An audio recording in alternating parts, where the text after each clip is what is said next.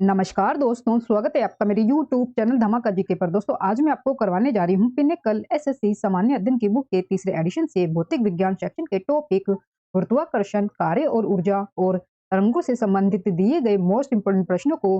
दोस्तों, सभी प्रश्न आपकी प्रीवियस ईयर परीक्षाओं में पूछे गए प्रश्न हैं और आगे भी आपकी होने वाली परीक्षाओं में इनमें से प्रश्न आपसे पूछे जा सकते हैं। इसलिए आप इन प्रश्नों की वीडियो को पूरा जरूर देखें और वीडियो में दी गया कंटेंट पसंद आए तो प्लीज वीडियो को लाइक और शेयर जरूर करें और मेरे YouTube चैनल धमाका जीके को सब्सक्राइब जरूर करें। इससे आगे भी आपको मेरी एग्जाम रिलेटेड वीडियो मिलती रहे। चलिए दोस्तों, वीडियो शुरू करते हैं। दोस्तों, अभी तक हम भौतिक विज्ञान सेक्शन के कुल 6 टॉपिक कंप्लीट कर चुके हैं और 6 टॉपिक में हमने कुल 106 प्रश्नों को कंप्लीट कर लिया है। और दोस्तों, ये हमारा 7वां टॉपिक है गुरुत्वाकर्षण। इसमें हमारे प्रश्न शुरू हो रहे हैं 107वें प्रश्न से। दोस्तों, प्रश्न हमें दिया गया है 1797 से 1798 में किए गए हेनरी कैवेंडिश प्रयोग के अनुसार गुरुत्वाकर्षण के सार्वत्रिक नियतांक का मान क्या था। 1797 से 1798 में किए गए हेनरी कैवेंडिश प्रयोग के अनुसार गुरुत्वाकर्षण के सार्वत्रिक नियतांक का मान क्या था। दोस्तों, आंसर होगा हमारा इसमें ऑप्शन सी 6.75 गुना में 10 की पावर 11 न्यूटन मीटर की स्क्वायर बटे में किलोग्राम की स्क्वायर।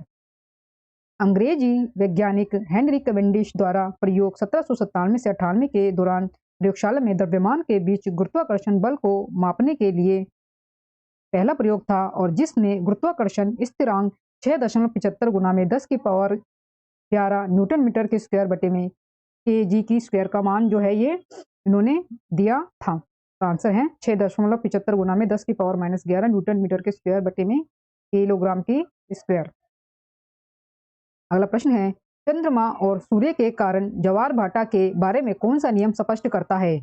चंद्रमा और सूर्य के कारण ज्वार भाटा के बारे में कौन सा नियम स्पष्ट करता है। दोस्तों, आंसर इसका गुरुत्वाकर्षण का नियम। गुरुत्वाकर्षण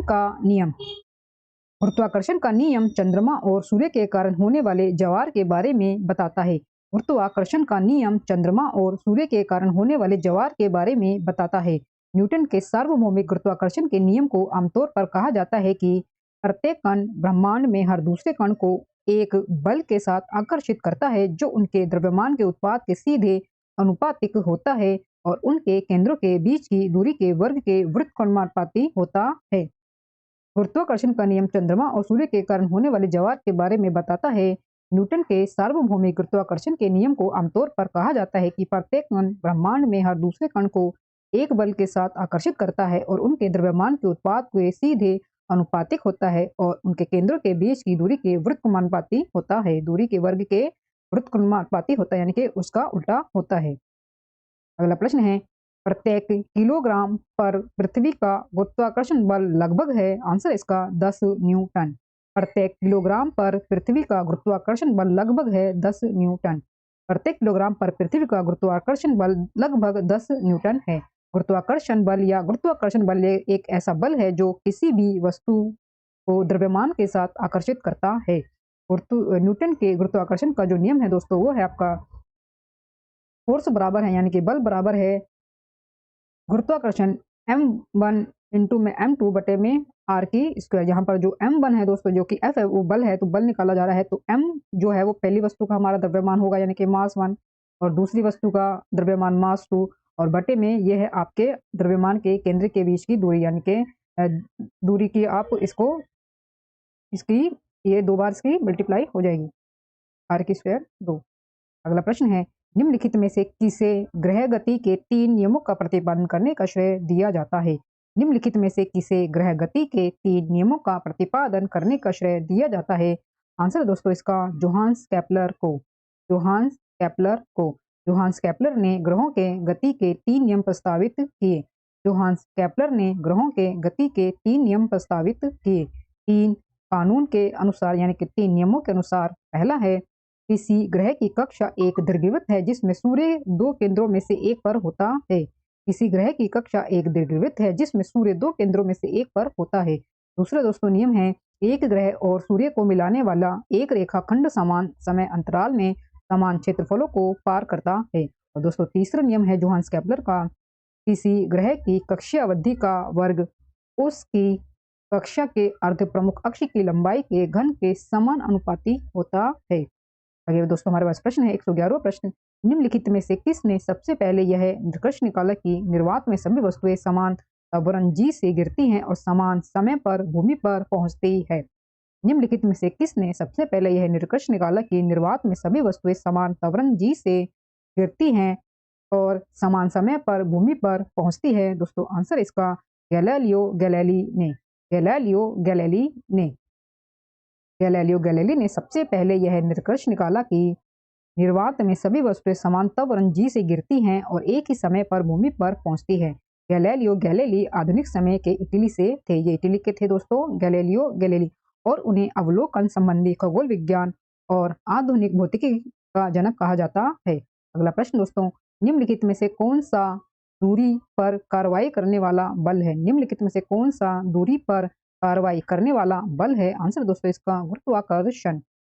दूरी पर कार्रवाई बल वे बल हैं जो शरीर के शारीरिक संपर्क में ना होने पर भी कार्य कर सकते हैं, मतलब स्पर्श किए बिना, जैसे यांत्रिक संपर्क में स्थानांतरित किया जा सकता है और बदला जा सकता है या फिर प्रभावित किया जा सकता है। उदाहरण के लिए गुरुत्वाकर्षण बल, चुंबकीय बल, घर्षण, तनाव और खिंचाव संपर्क बल हैं। वे तभी कार्य करेंगे जब शरीर शारीरिक संपर्क में होंगे। अगला प्रश्न है 113वां प्रश्न, जी का मान क्या है?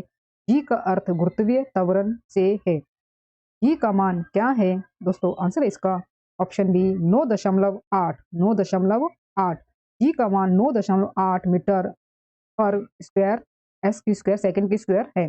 9.8 एम बटे में न्यूटन मीटर, मतलब मीटर होगा ये।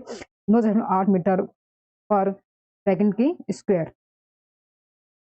पहली बार गुरुत्वाकर्षण तरंगों का पता लगाने के लिए किस उपकरण का उपयोग किया गया था? पहली बार गुरुत्वाकर्षण तरंगों का पता लगाने के लिए किस उपकरण का उपयोग किया गया था? दोस्तों आंसर इसका LIGO। आंसर दोस्तों इसका LIGO। LIGO का प्रयोग पहली बार गुरुत्वाकर्षण तरंगों का पता लगाने के लिए किया गया था। LIGO का प्रयोग पहली बार गुरुत्वाकर्षण तरंगों का पता लगाने के लिए किया गया था। इसका दोस्तों पूरा फुल फॉर्म है laser interferometer gravitational wave observatory. एक बड़े पैमाने पर भौतिकी प्रयोग और वेधशाला है जो ब्रह्मांडीय गुरुत्वाकर्षण तरंगों का पता लगाने और एक खगोलीय उपकरण के रूप में गुरुत्वाकर्षण तरंग टिप्पणियों को विकसित करने के लिए है। अगला प्रश्न दोस्तों 115वां प्रश्न, एक बार जब उपग्रह को कक्षा में लॉन्च किया जाता है, इसकी गति को नियंत्रित करने वाला एकमात्र बल डैश का बल होता है? आंसर दोस्तों इसका गुरुत्वाकर्षण। गुरुत्वाकर्षण। एक बार जब उपग्रह को कक्षा में लॉन्च किया जाता है, इसकी गति को नियंत्रित करने वाला एकमात्र बल गुरुत्वाकर्षण बल होता है। एक बार जब कोई उपग्रह कक्षा में प्रक्षेपित हो जाता है तो उपग्रह की गति को नियंत्रित करने वाला एकमात्र बल गुरुत्वाकर्षण बल होता है। अगला प्रश्न दोस्तों 116वां प्रश्न, निम्नलिखित में से क्या पृथ्वी के वातावरण को बनाए रखने में मदद करता है? निम्नलिखित में से क्या पृथ्वी के वातावरण को बनाए रखने में मदद करता है? दोस्तों आंसर इसका पृथ्वी का गुरुत्वाकर्षण बल। पृथ्वी का गुरुत्वाकर्षण बल। गुरुत्वाकर्षण एक प्राकृतिक घटना है जिसके द्वारा ग्रह, तारे, आकाशगंगा और यहाँ तक कि प्रकाश सहित द्रव्यमान और ऊर्जा वाली सभी चीजें एक दूसरे की ओर लाई जाती है। गुरुत्वाकर्षण एक प्राकृतिक घटना है जिसके द्वारा ग्रह, तारे, आकाशगंगा और यहाँ तक कि प्रकाश सहित द्रव्यमान और ऊर्जा वाली सभी चीजें एक दूसरे की ओर लाई जाती हैं। पृथ्वी पर गुरुत्वाकर्षण भौतिक वस्तुओं को भार देता है और चंद्रमा का गुरुत्वाकर्षण समुद्री ज्वार का कारण बनता है। और चंद्रमा का गुरुत्वाकर्षण समुद्री ज्वार का कारण बनता है। अगला प्रश्न दोस्तों 117वां प्रश्न, केपलर का पहला नियम डैश नियम के रूप में जाना जाता है? केपलर का पहला नियम डैश नियम के रूप में जाना जाता है? दोस्तों आंसर है इसका दीर्घवृत्त। दीर्घवृत्त। तो हंस केपलर ने दोस्तों 3 नियम दिए थे, तो जिसमें से जो पहला नियम है वो जाना जाता है दीर्घवृत्त के रूप में। केपलर के नियम को दीर्घवृत्त के नियम या कक्षाओं के नियम के रूप में भी जाना जाता है। केपलर के नियम को दीर्घवृत्त के नियम या कक्षाओं के नियम के रूप में भी जाना जाता है। केपलर ने कहा है कि सभी ग्रह सूर्य के चारों ओर अंडाकार कक्षाओं में घूमते हैं और सूर्य इस दीर्घवृत्त के केंद्र में है। दोस्तों आगे हमारे पास टॉपिक 8वां टॉपिक, और ये टॉपिक है दोस्तों कार्य और ऊर्जा। कार्य और ऊर्जा। और दोस्तों में हमारे प्रश्न शुरू हो रहे हैं 118 प्रश्न से। प्रश्न दोस्तों दिया गया है, विभिन्न गतियों और उनके उदाहरणों के संबंध में गलत जोड़े की पहचान कीजिए। विभिन्न गतियों और उनके उदाहरणों के संबंध में गलत जोड़े की पहचान कीजिए। तो दोस्तों आपको गतियों और उनके उदाहरणों के संबंध में जो गलत जोड़ा दिया गया है आपको उसकी पहचान करनी है। दोस्तों हमारे ऑप्शन है आवर्त गति, पृथ्वी अपनी धुरी पर घूमती है। आवर्त गति जो है वो पृथ्वी अपनी धुरी पर घूमती है। दूसरा दोस्तों ऑप्शन दिया गया है ऋजुरेखीय गति एक कोण पर हवा में फेंका गया पत्थर। ऋजुरेखीय गति एक कोण पर हवा में फेंका गया पत्थर।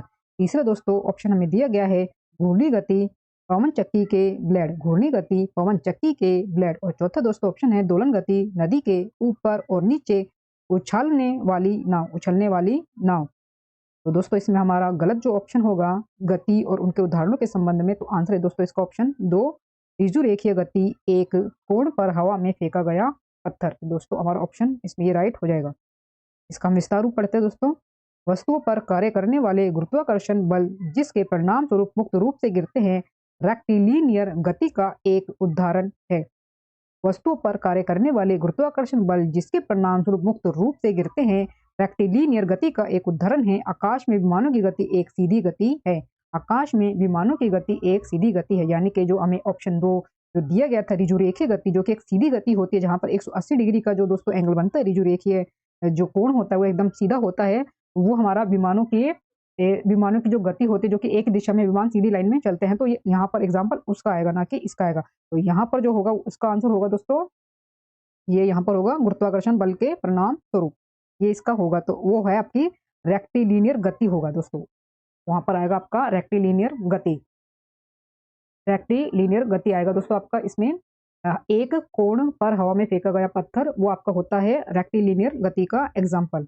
और जो आकाश में विमानों की गति होती तो वहां पर ये एग्जाम्पल दिया गया है दोस्तों ऋजुरेखीय गति का। चलिए आगे बढ़ते हैं हम। 119वां प्रश्न है किसी वस्तु का ऊपर और नीचे उठना सेना की परेड और किसी भारी वस्तु का स्वतंत्र रूप से गिरना सब किस गति के उदाहरण है। किसी वस्तु का ऊपर और नीचे उठना सेना की परेड और किसी भारी वस्तु का स्वतंत्र रूप से गिरना सभी जो है किस गति के उदाहरण है। दोस्तों आंसर है इसका ऋजुरेखीय गति के। ऋजुरेखीय गति के। ऋजुरेखीय गति यानी कि रेक्टिलिनियर मोशन एक रेखीय गति है जिसमें वेग की दिशा स्थिर रहती है और पथ सैनिकों की परेड की तरह एक सीधी रेखा होती है। और पथ जो है उस सैनिकों की परेड की तरह एक सीधी रेखा होती है। आवर्त गति एक ऐसी गति है जिससे उछलती गेंद की तरह समान अंतराल में दोहराया जाता है। घूर्णन गति एक निश्चित कक्षा में एक चरखा की तरह एक वृत्ताकार पथ के चारों ओर एक वस्तु की गति है। और दोलन गति को एक साधारण पेंडुलम की तरह अपने निश्चित स्थिति के बारे में शरीर के आगे और पीछे की गति के रूप में परिभाषित किया गया है।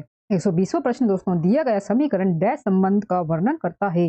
दिया गया समीकरण डैश संबंध का वर्णन करता है। दोस्तों समीकरण हमें दिया गया है s बराबर यू टी प्लस 1/2 गुना में ए टी की स्क्वायर। तो दोस्तों इसका आंसर है ऑप्शन ए स्थिति और समय का। स्थिति और समय का जो है संबंध बताता है दिया गया समीकरण है। गति के 3 समीकरण हैं जो कि आइजैक न्यूटन के द्वारा दिए गए हैं। गति के 3 समीकरण हैं आइजैक न्यूटन के द्वारा दिए गए हैं जिनका जो उपयोग है विस्थापन s वेग प्रारंभिक और अंतिम समय t और त्वरण a जैसे घटकों को प्राप्त करने के लिए किया जा सकता है। वे पहले हैं v बराबर u प्लस ए टी वेग समय। दूसरा है जो पहला समीकरण दोस्तों वो वेग समय से संबंधित है। दूसरा जो है s बराबर यू टी जमा में 1/2 इंटू में ए टी की स्क्वायर। यह है आपका स्थिति और समय जो कि आपको प्रश्न में पूछा गया है। और तीसरा दोस्तों हमारे पास v की स्क्वायर बराबर u की square plus 2a into S, यानी कि ये है आपका स्थिति और वेग से संबंधित। जो तीसरा समीकरण है ये आपका स्थिति और वेग से संबंधित। पहला है जो है दोस्तों वो आपका वेग समय से, दूसरा है वो स्थिति और समय से, और तीसरा जो दिया गया है वो आपका स्थिति और वेग से है। ये है आपका वेग समय से, दूसरा जो है वो आपका स्थिति और समय से, तीसरा जो है वो आपका स्थिति और वेग से। आगे बढ़ते हैं हम। प्रश्न 121 दो बिंदुओं के बीच विभवांतर ज्ञात करने के लिए सही सूत्र की पहचान करें। दो बिंदुओं के बीच विभवांतर ज्ञात करने के लिए सही सूत्र की पहचान करें। आंसर दोस्तों इसका ऑप्शन डी बी बराबर बटा क्यों। बी बराबर डब्ल्यू बटा क्यों। ई बराबर डब्ल्यू बटे में क्यों। एक विद्युत परिपथ में दो बिंदुओं ई के बीच की क्षमता को एक बाहरी एजेंट द्वारा एक इकाई चार्ज क्यों को एक बिंदु से दूसरे बिंदु पर ले जाने में किए गए कार्य यानी कि वर्क W के रूप में परिभाषित किया जाता है। यानी कि P बराबर है वर्क यानी कि W बटे में क्यों यानी कि चार्ज यानी कि आवेश यानी कि आवेश। अगला प्रश्न है 122वां प्रश्न जल वैद्युत शक्ति केंद्र हाइड्रो इलेक्ट्रिक पावर स्टेशन टर्बाइनों पर पड़ने वाली शाफ्ट और शाफ्ट को घुमाने वाली जल की शक्ति का इस्तेमाल करके विद्युत उत्पन्न करते हैं। टरबाइन के शाफ्ट को घुमाने से पानी की स्थित ऊर्जा डैश ऊर्जा में परिवर्तित हो जाती है। जल विद्युत शक्ति केंद्र हाइड्रो इलेक्ट्रिक पावर स्टेशन टरबाइनों पर पड़ने वाली और शाफ्ट को घुमाने वाली जल की शक्ति का इस्तेमाल करके विद्युत उत्पन्न करते हैं। टरबाइन के शाफ्ट को घुमाने से पानी की स्थित ऊर्जा डैश ऊर्जा में परिवर्तित हो जाती है। दोस्तों आंसर इसका गतिज ऊर्जा में, गतिज ऊर्जा में आंसर होगा दोस्तों इसका गतिज ऊर्जा में। जल विद्युत संयंत्रों में एक टरबाइन पानी की संभावित ऊर्जा को गतिज ऊर्जा में गिरते पानी की गतिज ऊर्जा को यांत्रिक ऊर्जा में और फिर एक जनरेटर यांत्रिक ऊर्जा को विद्युत ऊर्जा में परिवर्तित करता है। जल विद्युत संयंत्रों में एक टरबाइन पानी की संभावित ऊर्जा को गतिज ऊर्जा में गिरते पानी की गतिज ऊर्जा को यांत्रिक ऊर्जा में और फिर एक जनरेटर यांत्रिक ऊर्जा को विद्युत की ऊर्जा में परिवर्तित करता है। भारत में सबसे बड़ा जल विद्युत शक्ति केंद्र hydro electric power station Koyna hydro electric project Maharashtra में है और पहला है वो चिड़ापोंग हाइड्रो इलेक्ट्रिक पावर स्टेशन पश्चिम बंगाल में है, पश्चिम बंगाल में है, जो कि पहला हमें दिया गया है। सिड्रापोंग हाइड्रो इलेक्ट्रिक पावर स्टेशन पश्चिम बंगाल में है। नेक्स्ट क्वेश्चन दोस्तों, कार्य करने की दर कहलाती है शक्ति। आंसर दोस्तों इसका शक्ति। कार्य करने की दर को शक्ति कहते हैं। शक्ति का एसआई मात्रक वाट है। कार्य करने की दर को शक्ति कहते हैं और शक्ति का एसआई मात्रक वाट है। एक हॉर्स पावर 746 वाट है। आवेग किसी वस्तु के संवेग में परिवर्तन है।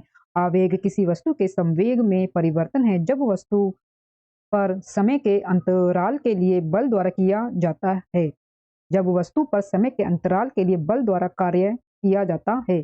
जब वस्तु पर समय के अंतराल के लिए बल द्वारा कार्य किया जाता है। आवेग की एसआई इकाई न्यूटन सेकंड है। बल किसी वस्तु पर किसी अन्य वस्तु के साथ परस्पर क्रिया के परिणाम स्वरूप होने वाला धक्का या खिंचाव है और बल का एसआई मात्रक न्यूटन है। ऊर्जा कार्य करने की क्षमता है। ऊर्जा की इकाई जूल है। ऊर्जा कार्य करने की क्षमता है और ऊर्जा की इकाई जूल है। अगला प्रश्न दोस्तों 124वां प्रश्न, यांत्रिक ऊर्जा स्थितिज ऊर्जा और डैश ऊर्जा का योग है। यांत्रिक ऊर्जा स्थित की ऊर्जा और डैश ऊर्जा का योग है। आंसर दोस्तों इसका गतिज ऊर्जा का। जो यांत्रिक ऊर्जा है दोस्तों वो आपकी स्थितिज ऊर्जा और गतिज ऊर्जा का योग होती है। यांत्रिक ऊर्जा स्थितिज ऊर्जा और गतिज ऊर्जा का योग होती है। अगला प्रश्न दोस्तों 125वां प्रश्न में दिया गया है, अंग्रेजी भौतिक विज्ञानी जेम्स प्रेस्कॉट जूल ने डैश के आधार को रेखांकित किया। अंग्रेजी भौतिक विज्ञानी जेम्स प्रेस्कॉट जूल ने डैश के आधार को रेखांकित किया। दोस्तों आंसर इसका संरक्षण का सिद्धांत। संरक्षण का सिद्धांत।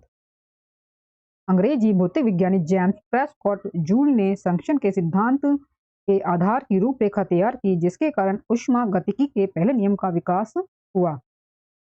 अगला प्रश्न है, किसी पिंड की गतिज और स्थितिज ऊर्जा उसकी डैश ऊर्जा के घटक हैं। किसी पिंड की गतिज और स्थितिज ऊर्जा उसकी डैश ऊर्जा के घटक हैं। आंसर दोस्तों इसका यांत्रिक ऊर्जा।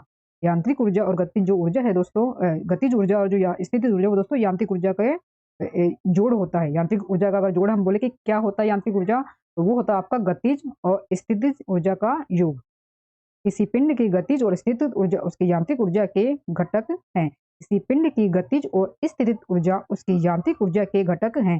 किसी वस्तु की स्थितिज ऊर्जा पिंड की स्थिति पर निर्भर करती है। गतिज ऊर्जा उसी पिंड की गति की ऊर्जा है। 127वां प्रश्न दोस्तों में दिया गया है, बल की दिशा में विस्थापन के साथ बल के गुणनफल द्वारा क्या दर्शाया जाता है। बल की दिशा में विस्थापन के साथ बल के गुणनफल के द्वारा क्या दर्शाया जाता है। दोस्तों आंसर है इसका कार्य। आंसर दोस्तों इसका कार्य। कार्य को बल की दिशा में विस्थापन के साथ बल के गुणन के द्वारा दर्शाया जाता है। कार्य की एसआई इकाई जूल है। कार्य की एसआई इकाई जूल है। अगला प्रश्न है दोस्तों 128वां प्रश्न, निम्नलिखित में से कौन गुरुत्वीय स्थितिज ऊर्जा का उदाहरण है। निम्नलिखित में से कौन गुरुत्वीय स्थितिज ऊर्जा का उदाहरण है। दोस्तों आंसर है पानी जो बांध के पीछे है। पानी जो बांध के पीछे है। बांध के पीछे का पानी गुरुत्वीय स्थितिज ऊर्जा का एक उदाहरण है। बांध के पीछे का पानी गुरुत्वीय स्थितिज ऊर्जा का एक उदाहरण है। स्थितिज ऊर्जा किसी वस्तु के पास स्थित स्थिति का जो संचित ऊर्जा है, जो उसके पास मतलब कि इकट्ठी की गई होती है, उसे कहते हैं हम स्थितिज ऊर्जा। अगला प्रश्न है, एक सीधी रेखा में गति कर रही वस्तु के द्वारा लगाए जाने वाला बल डैश गुणा बल के बराबर होता है। एक सीधी रेखा में गति कर रही वस्तु के द्वारा लगाए जाने वाला बल डैश गुणा बल के बराबर होता है। दोस्तों आंसर है इसका वेग। आंसर दोस्तों इसका वेग। एक सीधी रेखा में गतिमान वस्तु द्वारा आरोपित शक्ति बराबर होता है बल गुणा में वेग के। बल गुणा में वेग के। निम्न में से कौन सी राशि सदिश राशि नहीं है? निम्न में से कौन सी राशि सदिश राशि नहीं है? आंसर दोस्तों इसका कार्य। वह राशि जिसमें परिमाण और दिशा दोनों होते हैं एक सदिश राशि होती है। वह राशि जिसमें परिमाण और दिशा दोनों होते हैं एक सदिश राशि होती है। दिए गए विकल्प में कार्य को छोड़कर सभी राशियों का परिमाण और दिशा है। अगला प्रश्न है दोस्तों, निम्न में से कौन सी ऊर्जा समुद्र से नहीं मिलती है? निम्न में से कौन सी ऊर्जा समुद्र से नहीं मिलती है? आंसर दोस्तों इसका ऑप्शन बी भूतापीय ऊर्जा। भूतापीय ऊर्जा। भूतापीय ऊर्जा पृथ्वी की सतह के भीतर की गर्मी होती है। भूतापीय ऊर्जा पृथ्वी की सतह के भीतर की गर्मी होती है। अगला प्रश्न दोस्तों 132वां प्रश्न, पृथ्वी की ऊष्मा से प्राप्त ऊर्जा को क्या कहा जाता है? पृथ्वी की ऊष्मा से प्राप्त ऊर्जा को क्या कहा जाता है? दोस्तों आंसर है इसका ऑप्शन ए भूतापीय ऊर्जा। भूतापीय ऊर्जा। भूतापीय ऊर्जा को पृथ्वी में संग्रहित ताप से निकाला जाता है। भूतापीय ऊर्जा को पृथ्वी में संग्रहित ताप से निकाला जाता है। भूतापीय ऊर्जा पृथ्वी की उपसतह के भीतर प्राप्त ऊष्मा है। जल या भाप भूतापीय ऊर्जा को पृथ्वी की सतह तक ले जाते हैं। इसका उपयोग बिजली उत्पादन के लिए भी किया जाता है। दोस्तों आगे हमारे पास टॉपिक तरंगे, और दोस्तों ये हमारा 9वां टॉपिक है। दोस्तों इसमें हमारे प्रश्न शुरू हो रहे हैं। 133वें प्रश्न से दोस्तों प्रश्न में दिया गया है, निम्नलिखित में से किस प्रकार का विकिरण लगभग 300 गीगाहर्ट्ज से 3 किलोहर्ट्ज की आवृत्ति वाले समतुल्य लगभग 1 मिलीमीटर से 100 किलोमीटर तक की तरंग दैर्ध्य वाले विद्युत चुंबकीय स्पेक्ट्रम के एक भाग को निर्दिष्ट करता है? निम्नलिखित में से किस प्रकार का विकिरण लगभग 300 गीगाहर्ट्ज से 3 किलोहर्ट्ज की आवृत्ति वाले समतुल्य लगभग 1 मिलीमीटर से 100 किलोमीटर तक की तरंग दैर्ध्य वाले विद्युत चुंबकीय स्पेक्ट्रम के एक भाग को निर्दिष्ट करता है? दोस्तों हमारे ऑप्शन हैं माइक्रोवेव, आवर्त तरंगे, रेडियो तरंगे, पराबैंगनी तरंगे। दोस्तों आंसर होगा इसमें ऑप्शन सी हमारा रेडियो तरंगे। रेडियो तरंगे। विद्युत चुंबकीय स्पेक्ट्रम में रेडियो तरंगों की तरंग दैर्ध्य यानी कि वेवलेंथ सबसे लंबी होती है। विद्युत चुंबकीय स्पेक्ट्रम में रेडियो तरंगों की तरंग दैर्ध्य वेवलेंथ सबसे लंबी होती है। उदाहरण के लिए सेलुलर नेटवर्क, रडार, रेडियो खगोल विज्ञान, उपग्रह संचार आदि। माइक्रोवेव विद्युत चुंबकीय विकिरण का एक रूप है। माइक्रोवेव विद्युत चुंबकीय विकिरण का एक रूप है जिसमें तरंग दैर्ध्य लगभग 1 मीटर से 1 मिलीमीटर तक होती है, जो क्रमशः 300 मेगाहर्ट्ज और 300 गीगाहर्ट्ज के बीच आवृत्तियों के अनुरूप होता है। अल्ट्रावायलेट विद्युत चुंबकीय विकिरण का एक रूप है। अल्ट्रावायलेट विद्युत चुंबकीय विकिरण का एक रूप है जिसमें तरंग दैर्ध्य 10 न्यूटन मीटर से 400 न्यूटन मीटर तक होती है, जो दृश्य प्रकाश से छोटा होता है लेकिन एक्स से लंबा होता है। इंफ्रारेड तरंगे विद्युत चुंबकीय विकिरण हैं जिनकी तरंग दैर्ध्य दृश्य प्रकाश की तुलना में अधिक लंबी होती है। अगला प्रश्न दोस्तों 134वां प्रश्न में दिया गया है, विद्युत चुंबकीय स्पेक्ट्रम प्रकाश की पूरी श्रृंखला का वर्णन करता है जिसे आमतौर पर तरंग दैर्ध्य के डैश क्षेत्रों में ऊर्जा और आवृत्ति में वृद्धि के क्रम में विभाजित किया जाता है। विद्युत चुंबकीय स्पेक्ट्रम प्रकाश की पूरी श्रृंखला का वर्णन करता है जिसे आमतौर पर तरंग दैर्ध्य के डैश क्षेत्रों में ऊर्जा और आवृत्ति में वृद्धि के क्रम में विभाजित किया जाता है। दोस्तों आंसर इसका 7। आंसर दोस्तों इसका 7। विद्युत चुंबकीय स्पेक्ट्रम को आमतौर पर घटती तरंग दैर्ध्य तथा बढ़ती ऊर्जा और आवृत्ति के क्रम में 7 क्षेत्रों में विभाजित किया जाता है। कुछ सामान्य नाम हैं रेडियो तरंगे, माइक्रोवेव, अवरक्त, दृश्य प्रकाश, पराबैंगनी प्रकाश, एक्सरे और गामा किरणें। दोस्तों वीडियो में दिया गया कंटेंट पसंद आ रहा हो तो प्लीज वीडियो को लाइक और शेयर जरूर करें और मेरे यूट्यूब चैनल धमाका जीके को सब्सक्राइब जरूर करें जिससे आगे भी आपको मेरी एग्जाम रिलेटेड वीडियो मिलते रहे। चलिए दोस्तों हम आगे बढ़ते हैं। 135वां प्रश्न में दिया गया है, निम्नलिखित में से कौन सी तकनीक हमारे शरीर के अंदर के अंगों और संरचनाओं को देखने के लिए बड़े चुंबक और रेडियो तरंगों के संयोजन का उपयोग करती है? निम्नलिखित में से कौन सी तकनीक हमारे शरीर के अंदर के अंगों और संरचनाओं को देखने के लिए एक बड़े चुंबक और रेडियो तरंगों के संयोजन का उपयोग करती है? दोस्तों आंसर इसका magnetic resonance imaging. Magnetic resonance imaging. चुंबकीय अनुनाद इमेजिंग। मैग्नेटिक रेजोनेंस इमेजिंग एक चिकित्सा इमेजिंग तकनीक है जिसका उपयोग शरीर रचना विज्ञान और शरीर की शारीरिक प्रक्रियाओं के चित्र बनाने के लिए रेडियोलॉजी में किया जाता है। कंप्यूटेड टोमोग्राफी यानी कि सीटी एक प्रक्रिया है जो शरीर के अंदर के क्षेत्रों के विस्तृत चित्र या स्कैन बनाने के लिए विशेष एक्स-रे उपकरण का उपयोग करती है। फ्लोरोस्कोपी एक इमेजिंग तकनीक है जो किसी वस्तु के इंटीरियर की रियल टाइम मूविंग इमेज प्राप्त करने के लिए एक्सरे का उपयोग करती है।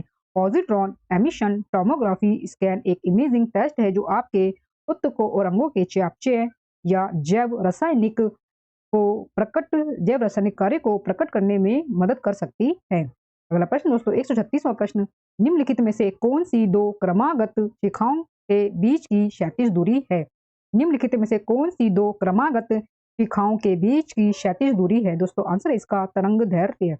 तरंग दैर्ध्य यानी कि वेवलेंथ एक शिखर से दूसरे शिखर तक या एक गर्त से दूसरी लहर की दूरी है। तरंग दैर्ध्य एक शिखर से दूसरे शिखर तक या एक गर्त से दूसरी लहर की तक की दूरी है। तरंग ऊंचाई यानी कि वेव हाइट को तरंग वर्णक्रम में उच्चतम 1/3 तरंगों की औसत ऊंचाई के रूप में परिभाषित किया जाता है। तरंग आवृत्ति यानी कि वेव फ्रीक्वेंसी एक निश्चित समय में एक निश्चित बिंदु से गुजरने वाली तरंगों की संख्या है। तरंग अवधि वेव पीरियड वह समय है जो एक निर्दिष्ट बिंदु को पार करने के लिए दो लगातार शिखर यानी कि एक तरंग दैर्ध्य के लिए होता है। दोस्तों अगला प्रश्न हमारे पास 137वां प्रश्न, एक साधारण लोलक में धातु की एक छोटी गेंद या पत्थर का एक टुकड़ा होता है जिसे एक कठोर स्टैंड से एक धागे से लटकाया जाता है। धातु की गेंद को लोलक का डैश कहा जाता है। धातु की गेंद को लोलक का डैश कहा जाता है। दोस्तों आंसर इसका ऑप्शन ए बॉब। आंसर दोस्तों इसका बॉब। एक साधारण लोलक में धातु की छोटी गेंद या एक कठोर स्टैंड से एक धागे से लटका हुआ पत्थर का टुकड़ा होता है। धातु की गेंद को लोलक का गोलक कहा जाता है यानी कि बॉब कहा जाता है। एक साधारण गोलक में धातु की एक छोटी गेंद या एक कठोर स्टैंड से एक धागे से लटका हुआ पत्थर का एक टुकड़ा होता है। धातु की गेंद को गोलक कहा जाता है। अगला प्रश्न दोस्तों, किसी वस्तु के आगे और पीछे या आगे पीछे की गति को कहा जाता है। किसी वस्तु के आगे और पीछे या आगे पीछे की गति को कहा जाता है कंपन। आंसर दोस्तों इसका कंपन। किसी वस्तु के आगे और पीछे या आगे पीछे की गति को कंपन कहते हैं। किसी वस्तु के आगे और पीछे या आगे पीछे की गति को कंपन कहते हैं। आशेप शरीर की अचानक हिंसक गति जिसे आप नियंत्रित नहीं कर सकते हैं। आवेग एक बल है जो शरीर को गति में शुरू करता है। दोस्तों ये आवेग होगा। आवेग शरीर की अचानक हिंसक गति जिसे आप नियंत्रित नहीं कर सकते। आवेग एक बल है जो शरीर को गति में शुरू करता है। दोस्तों इसका मतलब होगा आवेग, आक्षेप नहीं होगा, आवेग होगा यहाँ पर। अगला प्रश्न दोस्तों 139वां प्रश्न, आवृत्ति के लिए एसआई इकाई डैश है। आवृत्ति के लिए एसआई इकाई डैश है। दोस्तों आंसर इसका हर्ट्ज। आवृत्ति का एसआई मात्रक हर्ट्ज है। ओम प्रतीक है। ये ओम प्रतीक आपका विद्युत प्रतिरोध की एसआई इकाई व्युत्पन्न इकाई है। वोल्ट प्रतीकात्मक वी और विद्युत क्षमता या इलेक्ट्रोमोटिव बल की मानक अंतरराष्ट्रीय इकाई है। आवृत्ति का एसआई मात्रक हर्ट्ज है। ओम विद्युत प्रतिरोध की एसआई व्युत्पन्न इकाई है। वोल्ट प्रतीकात्मक जिसका वी होता है जो कि वी से दर्शाया जाता है। विद्युत क्षमता या इलेक्ट्रोमोटिव बल की एक मानक अंतरराष्ट्रीय एसआई इकाई है। जूल ऊर्जा की एक व्युत्पन्न इकाई है। अगला प्रश्न दोस्तों 140वां प्रश्न, एक तरंग के लिए तरंग दैर्ध्य का आवर्तकाल से विभाजन डैश के समतुल्य है। एक तरंग के लिए तरंग दैर्ध्य का आवर्तकाल से विभाजन डैश के समतुल्य है। दोस्तों आंसर इसका तरंग वेव। आंसर दोस्तों इसका तरंग वेव। तरंग दैर्ध्य को आवर्तकाल से भाग देने पर तरंग वेव के बराबर होता है। तरंग दैर्ध्य को आवर्तकाल से भाग देने पर तरंग वेग के बराबर होता है। तरंग वेग का अर्थ है प्रति इकाई समय में आवधिक या चक्रीय गति द्वारा तय की गई दूरी। एक तरंग का वेग उसकी तरंग दैर्ध्य और आवर्ती के गुणनफल के बराबर होता है। अगला प्रश्न दोस्तों 141वां प्रश्न, निम्नलिखित कथनों में से कौन सही है? निम्नलिखित कथनों में से कौन सही है? तो दोस्तों आपको सही कथन की पहचान करनी है। दोस्तों कथन दिए गए हमें। पहला, यदि माध्यम के घटक तरंग प्रसार की दिशा में दोलन करते हैं तो हम तरंग को अनुप्रस्थ तरंग कहते हैं। दूसरा दोस्तों कथन है, किसी विशेषण में एक ही चरण वाली तरंग में दो बिंदुओं के बीच की न्यूनतम दूरी को तरंग दैर्ध्य कहा जाता है। तीसरा दोस्तों ऑप्शन है, यदि माध्यम के घटक तरंग प्रसार की दिशा के लंबवत दोलन करते हैं तो हम तरंग को अनुदैर्ध्य तरंग कहते हैं। और दोस्तों चौथा ऑप्शन है कि एक तरंग दैर्ध्य की आवृत्ति प्रति मिनट कंपन माध्यम में प्रत्येक घटक कण के दोलनों की संख्या है। तो दोस्तों सही कथन की हमें पहचान करनी है तो ऑप्शन हमारा 20 में राइट आंसर हो जाएगा। किसी विशेषण में एक ही चरण वाली तरंग में दो बिंदु के बीच की न्यूनतम दूरी को तरंग दैर्घ्य कहा जाता है। तो दोस्तों हमारा बी हमारा राइट आंसर इसमें हो जाएगा। सही कथन है कि किसी विशेषण में समान प्रावस्था वाली तरंग में दो बिंदु के बीच की न्यूनतम दूरी तरंग दैर्घ्य कहलाती है। अनुप्रस्थ तरंग वह तरंग है जिसके दोलन तरंग प्रसार की दिशा के लंबवत होते हैं। अनुदैर्घ्य तरंग एक तरंग है जिसमें माध्यम का कंपन तरंग प्रसार की दिशा के समानांतर होता है। अनुदैर्घ्य तरंग एक तरंग है जिसमें माध्यम का कंपन तरंग प्रसार की दिशा के समानांतर होता है।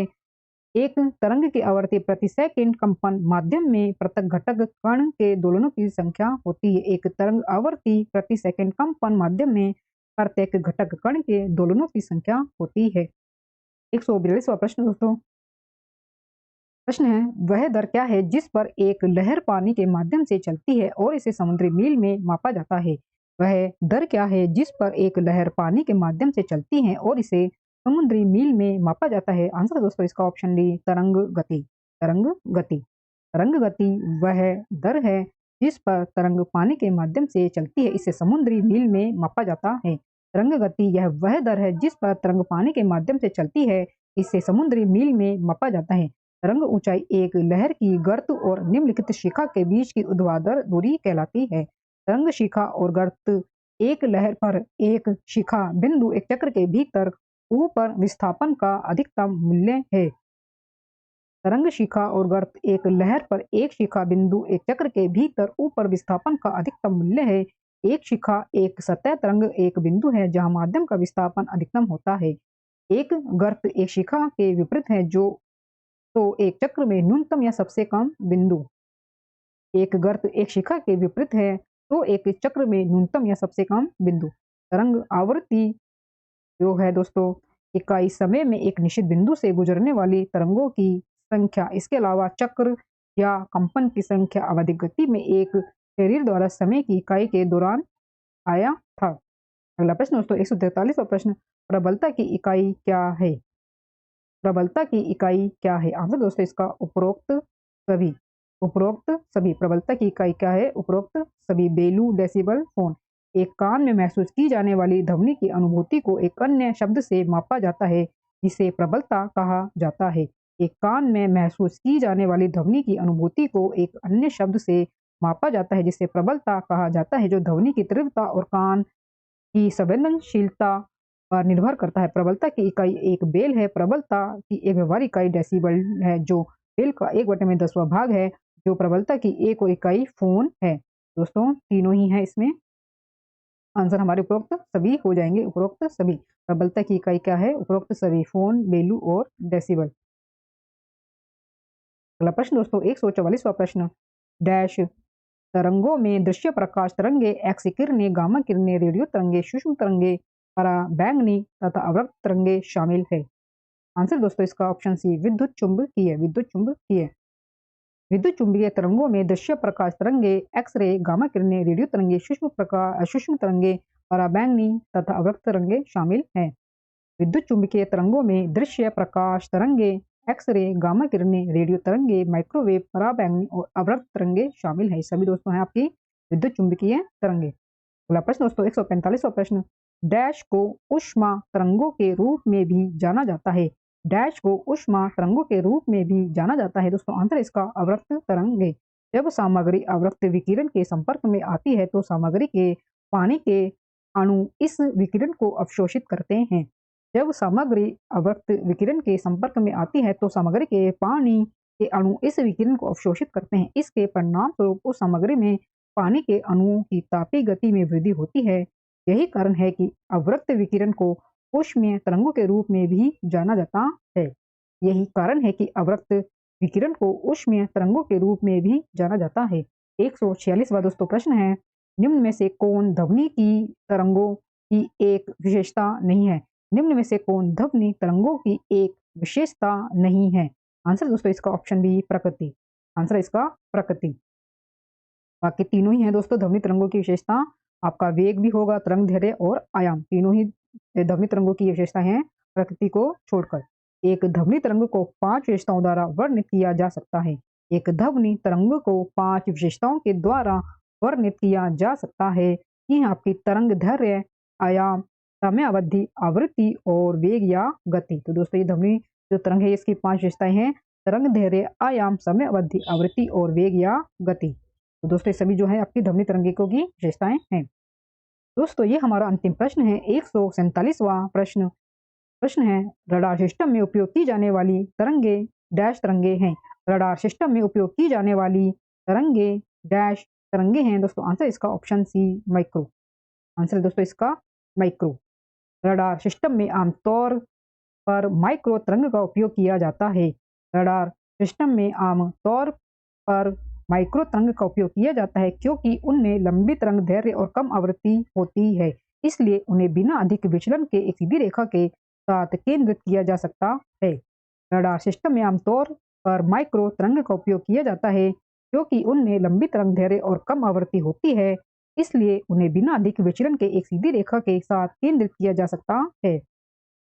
दोस्तों इसी अंतिम प्रश्न के साथ भौतिक विज्ञान सेक्शन के टॉपिक गुरुत्वाकर्षण, कार्य और ऊर्जा और तरंगों से संबंधित दिए गए मोस्ट इंपोर्टेंट प्रश्न हमारे पूरे होते हैं।